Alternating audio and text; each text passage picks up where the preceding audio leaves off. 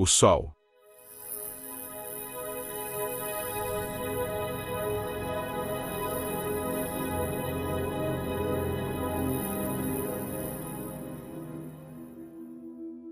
Basicamente, um buraco de minhoca, ou ponte de Einstein-Rosen, é um atalho no tecido do espaço-tempo, onde cria-se uma fenda hiperdimensional para percorrer grandes distâncias, entre um ponto específico do universo até outro. Um buraco de minhoca é constituído por dois buracos negros, na verdade um buraco negro e um buraco branco, onde um seria a singularidade de gravidade e o outro de radiação. Um atrai e o outro empurra, um contrai e o outro expande, literalmente uma entrada e uma saída. O físico Nassim Haramein teoriza que as estrelas seriam buracos brancos de irradiação, assim como também no centro teria buracos negros por conta da pressão gravitacional de massa. Então, esses atalhos no espaço-tempo, de acordo com ele, estariam mais próximos de nós do que imaginaríamos. Nassim Haramein é um cientista. Em 2009, ele fez uma descoberta notável ao analisar imagens coletadas por um satélite da NASA. O que eu notei ao assistir a esse vídeo foi que primeiro vemos dois objetos aparecerem. Os dois objetos parecem se mover juntos e atravessar o quadro. O mais estranho nessa sequência específica é que quando seguimos os objetos, eles fazem uma curva de quase 90 graus e então entram no Sol. A NASA alegou que os objetos eram simplesmente cometas ou defeitos. Mas ao estudá-los com atenção, Nassim chegou a uma conclusão incrível. Quando eu observei os objetos, eu não acreditei no que via. Eles eram imensos. Pareciam dois pontinhos na tela. Mas um pontinho próximo ao Sol significa que o objeto é quase do tamanho da Terra. Objetos do tamanho de planetas entrando no Sol. Teria Nassim encontrado algo extraordinário que a própria NASA ignorou? Ele acha que só há uma explicação. Eu acredito que estes objetos são naves intergalácticas de uma civilização avançada. Eu tenho a impressão que eles estão sob controle inteligente, não parecem agir de forma natural, como nós esperaríamos de objetos cosmológicos como cometas, meteoritos e etc. Pode parecer totalmente absurdo, mas imagine uma civilização milhares ou talvez milhões de anos à nossa frente. Pense em tudo que fizemos em 150 anos de tecnologia avançada. Nós passamos literalmente de carruagens a cavalo a foguetes que vão à Lua, ônibus espaciais, estações espaciais e tudo isso em apenas 150 anos. Imagine se tivéssemos 1000 anos de avanços tecnológicos ou 1 milhão de anos. Como seriam as nossas naves? Bom, com certeza elas seriam do tamanho de planetas. Isso pode explicar o comportamento estranho do Sol. As mudanças na atividade das manchas e labaredas solares estão sendo causadas por naves extraterrestres? A labareda solar parece surgir logo depois que o objeto atinge o Sol. Para mim, é claro que os dois eventos estão relacionados e a labareda solar é a onda de choque causada quando os dois objetos penetram a superfície do Sol. Naves alienígenas, chocando-se propositalmente contra o Sol. É uma teoria incrível. Mas por que elas fariam isso? De acordo com Nassim, a resposta está nos registros astronômicos dos antigos egípcios.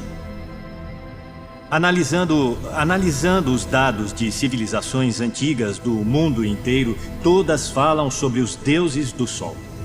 Olhando os textos e a forma como eles são descritos, eles dizem que os deuses usavam o Sol como um portal. Se nós fôssemos uma civilização avançada, e estou falando de uma civilização muito, muito avançada, talvez fosse possível entrar no Sol e sair em qualquer outro ponto do universo. Já estou acostumado. Para mim, depois de todos esses anos, isso se tornou uma coisa corriqueira, um fato da vida. Eu já não me surpreendo mais quando as pessoas chegam até mim, me abordam e dizem, sabe, quando eu tinha mais ou menos 10 anos eu vi um objeto no céu, ou talvez alguns anos atrás eu vi um objeto incrível que não podia ser um avião, esse tipo de coisa, sabe? É algo que já é muito comum. Tanta gente já observou esse tipo de coisa e agora nós temos governos divulgando documentos, sabe, das instalações militares de fontes extremamente confiáveis. Eu estou falando de generais e também de vários membros de alta patente das Forças Armadas se apresentando e falando abertamente sobre todas essas atividades ao redor do mundo. Está ocorrendo um fenômeno real que tem a ver com a atividade de OVNIs e também com a atividade extraterrestre, sustentando essa teoria de que os deuses do Sol talvez estejam voltando.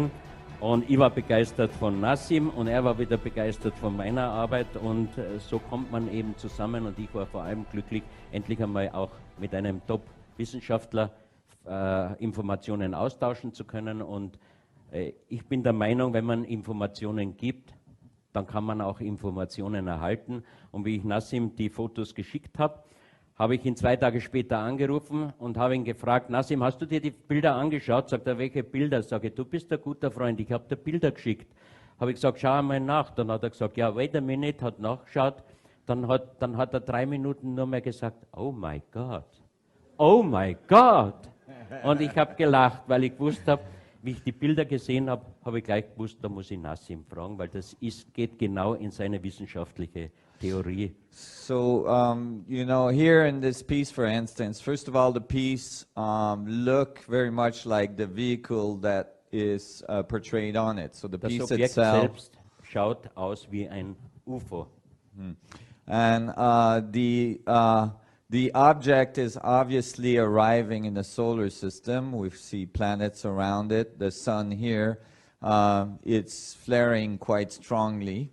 And, you know, this is very, very distinct physics that we know of. This is very much a description of what we call a wormhole in physics, which is a consequence of Einstein field equations. And that was first worked out by John Wheeler.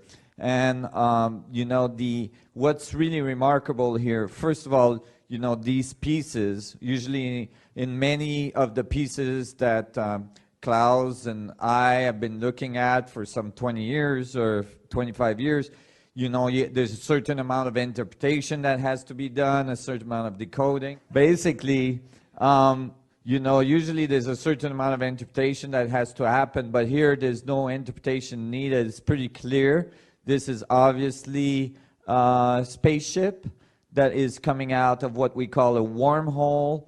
And what was really exciting for me is that, you know, in standard physics, when we came up with the mathematic for a wormhole, the wormhole mouth is billions and billions of times smaller than an atom. And so it's conceptually impossible to travel through wormholes. But there is one possibility, and that is that spin at high velocity can open the mouth of a wormhole. So basically, here you can see that the wormhole is spinning, and that is opening a mouth for the spaceship to come out. So here we have an even more amazing piece. And you know, you are all some of the first ones to see these pieces. And you can see, again, we have a solar system. Here is a planet with an atmosphere. And this planet with an atmosphere must be the Earth. We can assume it's the Earth, but it's definitely a planet with an atmosphere. There's a ship here and a ship here. And there's a nice little blow-up of what's inside the dome of the ship, in case you're confused about what it is. And this is as well, you can see the steps here, typical of, pyramidal step pyramids.